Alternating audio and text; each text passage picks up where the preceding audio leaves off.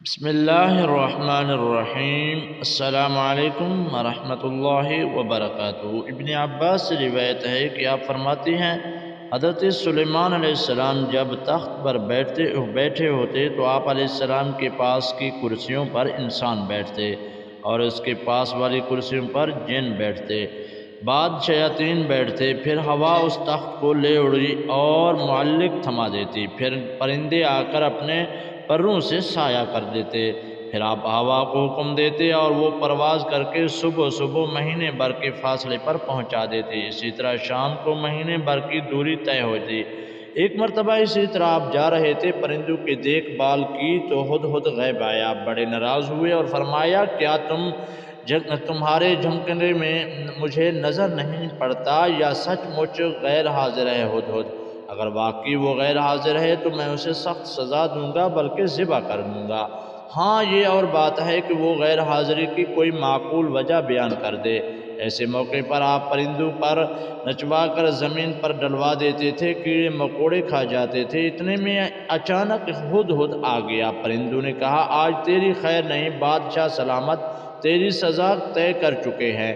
اس نے کہا یہ بتاؤ ان کے الفاظ کیا تھے؟ انہوں نے بیان کیا کہ ہدہد خوش ہو کر کہنے لگا پھر میں بچ جاؤں گا۔ چنانچہ ہدہد حضرت سلیمان کے دربار میں پیش ہوا اور کہنے لگا اے نبی اللہ، میں ایک ایسی خبر لے کر آیا ہوں جو آپ کے پاس بھی نہیں ہے۔ میں عرب سے آ رہا ہوں اور پختہ یقین کی خبر لایا ہوں۔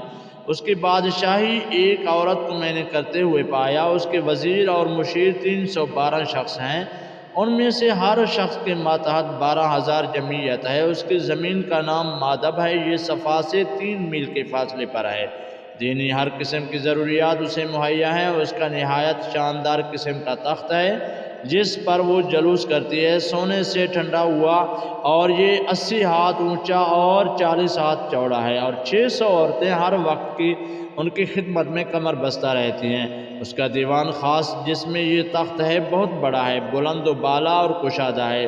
سب لوگ سورج کی یعنی آفتاب کی پرستش کرتے ہیں خدا کو چھوڑ کر، بلکہ ملکہ کا نام بلقیس بنت شرحمیل ہے۔ اس کا دادا پورے یمن کا بادشاہ عظیم تھا جس کی اولاد میں 40 لڑکے پیدا ہوئے جو سب کے سب بادشاہ بنے۔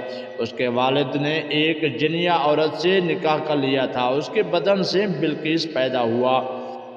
جنیہ سے نکاح کی مختلف وجوہات بیان کی گئیں۔ ایک یہ ہے کہ اپنی حکومت اور سلطنت کے غرور والے لوگوں سے کہتا کہ تم میں میرا کوئی لائق نہیں۔ اس کا یہ نتیجہ ہوا، لوگوں نے اس کا نکاح ایک جنیہ سے کرا دیا۔ سلیمان علیہ السلام ہدہد کا ملکہ بلقیس سبا اور اس کی قوم کے متعلق بیان سن کر کہنے لگا مجھے یہ معلوم کرنا ہوگا تو سچ کہہ رہا ہے یا جھوٹ بول رہا ہے۔ میری اس خط کو لے کر ملکہ بلقیس کو دے دے اور پھر اس سے ہٹ کر دیکھ وہ کیا جواب دیتے ہیں۔ ہدہد اس خط کو اپنے چونچ میں دبا کر ملکہ سبا کے محل میں پہنچ گیا۔ اس وقت خلوت خانہ میں تھی۔ ہدہد نے نہایت خاموشی اور احتیاط کے ساتھ اس خط کو اس کے سامنے ڈال دیا۔ وہ جان نہ پائی ہدہد کہاں سے آیا ہے، کون لایا ہے۔ اپنے گود میں پڑے خط کو دیکھ کر وہ محتاج بھی ہوئی اور خوف زدہ بھی ہوئی، لیکن اتنا اندازے سے اسے ضرور ہو گیا تھا کہ یہ کوئی عام خط نہیں ہے، ختم معظم اور مکرم اس پر مہر لگی ہوئی ہے۔ اس خط میں خط لکھنے کے تمام اصول بڑھتے گئے تھے۔ خط لکھنے کے لیے پہلی شرط یہ ہوتی ہے خط کا آغاز ہی اسی طرح ہو کہ لکھنے والے کا نام پتہ مختوم علی کے نام علم میں آ جائے اسے کس نے خط لکھا ہے۔ ایک اہم یہ بات، خط کا آغاز اللہ تعالیٰ کے پاک اور بابرکت نام سے کیا جائے۔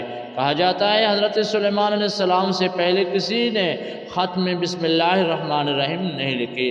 حضرت ابو ہریرہ رضی اللہ تعالیٰ عنہ فرماتے ہیں کہ ایک مرتبہ میں آپ صلی اللہ علیہ وسلم کے ہمراہ جا رہا تھا۔ آپ صلی اللہ علیہ وسلم نے فرمایا میں ایک ایسی آیات جانتا ہوں جو مجھ سے پہلے سلیمان علیہ السلام، داؤد علیہ السلام کے بعد نبی پر نہیں اترے۔ میں نے استفسار کیا وہ کون سی آیات ہے؟ آپ نے فرمایا بسم اللہ الرحمن الرحیم۔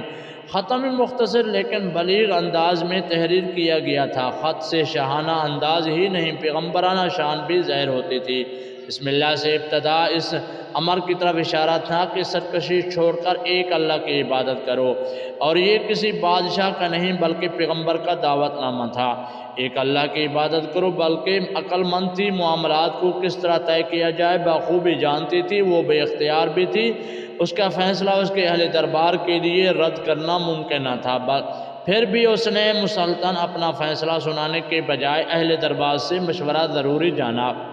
چنانچہ اپنے تمام سرداروں کو دربار میں حاضر ہونے کا حکم دیا اور کہا کہ اس خط کے بارے میں آپ سے وقعت یعنی اس خط میں جو ڈالا گیا ہے آپ سے مشورہ لیتا ہوں، جس میں مسلمان ہونے اور تابع فرما بردار ہونے کی دعوت دی گئی ہے۔ تم سب جانتے ہو میں کوئی فیصلہ تمہارے بغیر نہیں کرتی، رائے دو کہ ہمیں کیا کرنا چاہیے۔ تمام اہل دربار نے جواب دیا، ہمارے پاس طاقت قوت کی کمی نہیں، اسلحہ اور سامان حرب و افراد کی مقدار میں موجود ہیں، ہم بہادر